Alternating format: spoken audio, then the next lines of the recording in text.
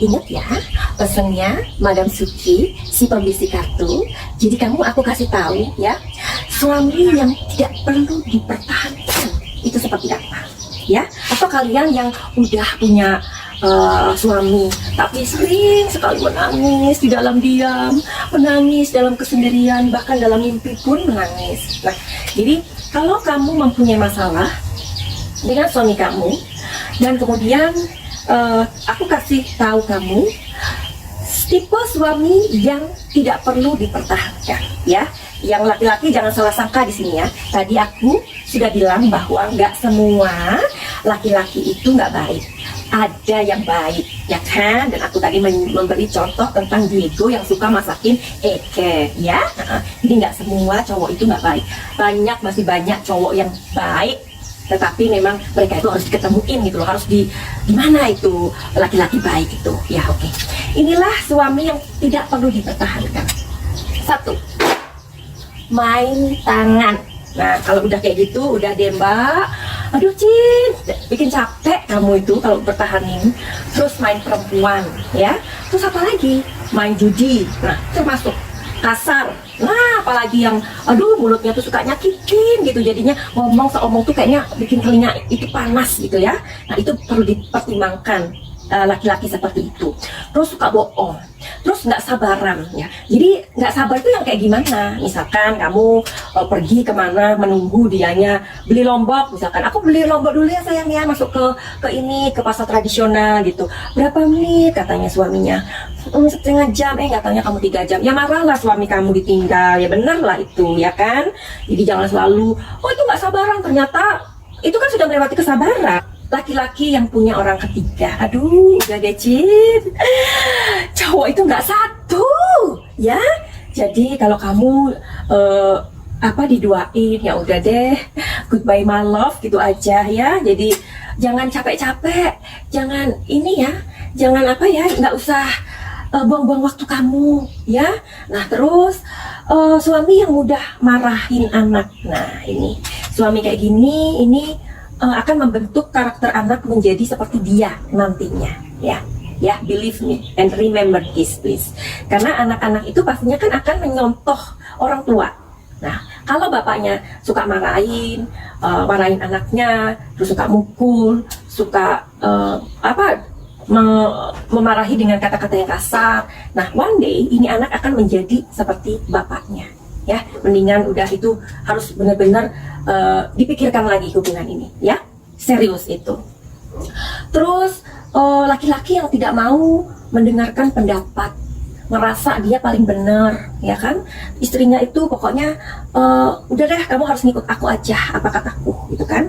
Padahal istrinya ini pintar, ya, tetapi karena selalu dikalah-kalahin, maka dia akan menjadi menjadi karakternya itu, ini pembunuhan karakter sebenarnya. Nggak bagus ini ya, karena sekali lagi laki-laki dan perempuan itu harus equal ya, harus sama, equal ya. Di Belanda itu laki-laki dan perempuan itu sama ya, dimana laki-laki itu ya tugasnya juga masak, yang ngurusin anak ya. Jadi bapak-bapak yang terhormat, istri Anda itu bukanlah baby sister Anda ya. Jadi istri Anda itu bukanlah pembantu Anda ya. Istri Anda itu adalah seseorang penolong ya, penolong Anda di saat Anda memiliki masalah ya. Istri itu adalah penolong. Jadi kalau ada suami yang sudah memperlakukan istrinya seperti itu, wah itu big question ya. Apakah hubungan ini perlu untuk dilanjutkan atau tidak? Nah lagi, karena belum selesai, tipe laki-laki yang suka melirik wanita, padahal di depannya atau di dekatnya ada istrinya. Kalau aku gak culek gitu ya, itu matanya aku culek itu pakai ini, nggak main-main deh kalau sama Eke. Nah terus suami yang suka banget nyeritain keburukan istri di depan umum, di teman-temannya, di keluarganya. Aduh, ini suami minta untung ya para suami itu kalau memiliki istri yang sabar ya. Jadi ada sih istri-istri yang sabar, ataupun kemudian ketika menjadi gak sabar, akhirnya mengambil satu keputusan, ya kan, karena udah nggak bisa lagi untuk bertahan gitu. Jadi terus ada satu lagi, suami yang tidak menghargai orang tua istri. Wah, ini ya. Jadi kamu yang punya suami seperti itu, ayo harus dipikirkan lagi. Pasangan yang memilih untuk bertahan meski tidak bahagia, ya, atau bahkan tidak mencintai. Itu banyak kan? Ayo ngaku. Ya, jadi banyak sekali. Kenapa sih begitu? Kenapa mereka nggak bercerai aja? Memang betul, untuk membuat sebuah keputusan itu memang tidak mudah, ya.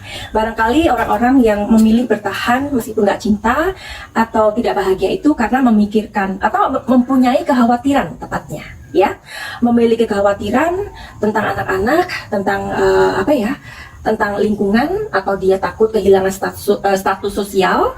Terus dia juga kehilangan teman-temannya dari suaminya, dan juga mungkin akan merubah pastinya gaya hidupnya dari yang misalnya suaminya itu memang punya uang, kemudian dari status sosial yang punya. Nah, mungkin perempuannya belum bekerja atau selama menikah itu dilarang.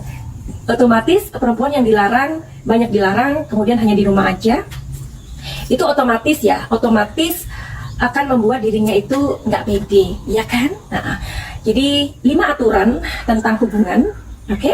Tetaplah setia. Yang kedua adalah buatlah ia merasa memilikimu. Wah, ini dalam loh ya.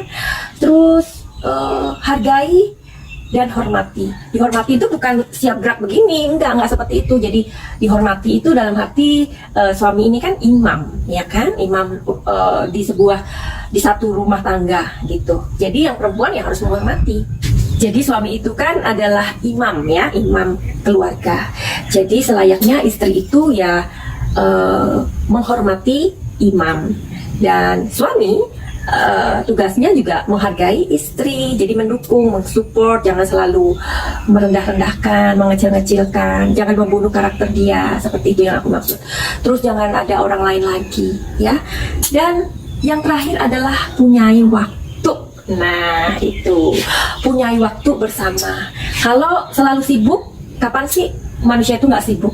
Manusia itu diberikan waktu yang sama loh, 24 jam. Jadi kalau ada orang yang kekurangan waktu, perlu lagi dicari tahu kenapa dia hidupnya diperbudak oleh uang atau diperbudak oleh tuntutan-tuntutan, ya. Jadi punya waktu meskipun sesibuk apapun.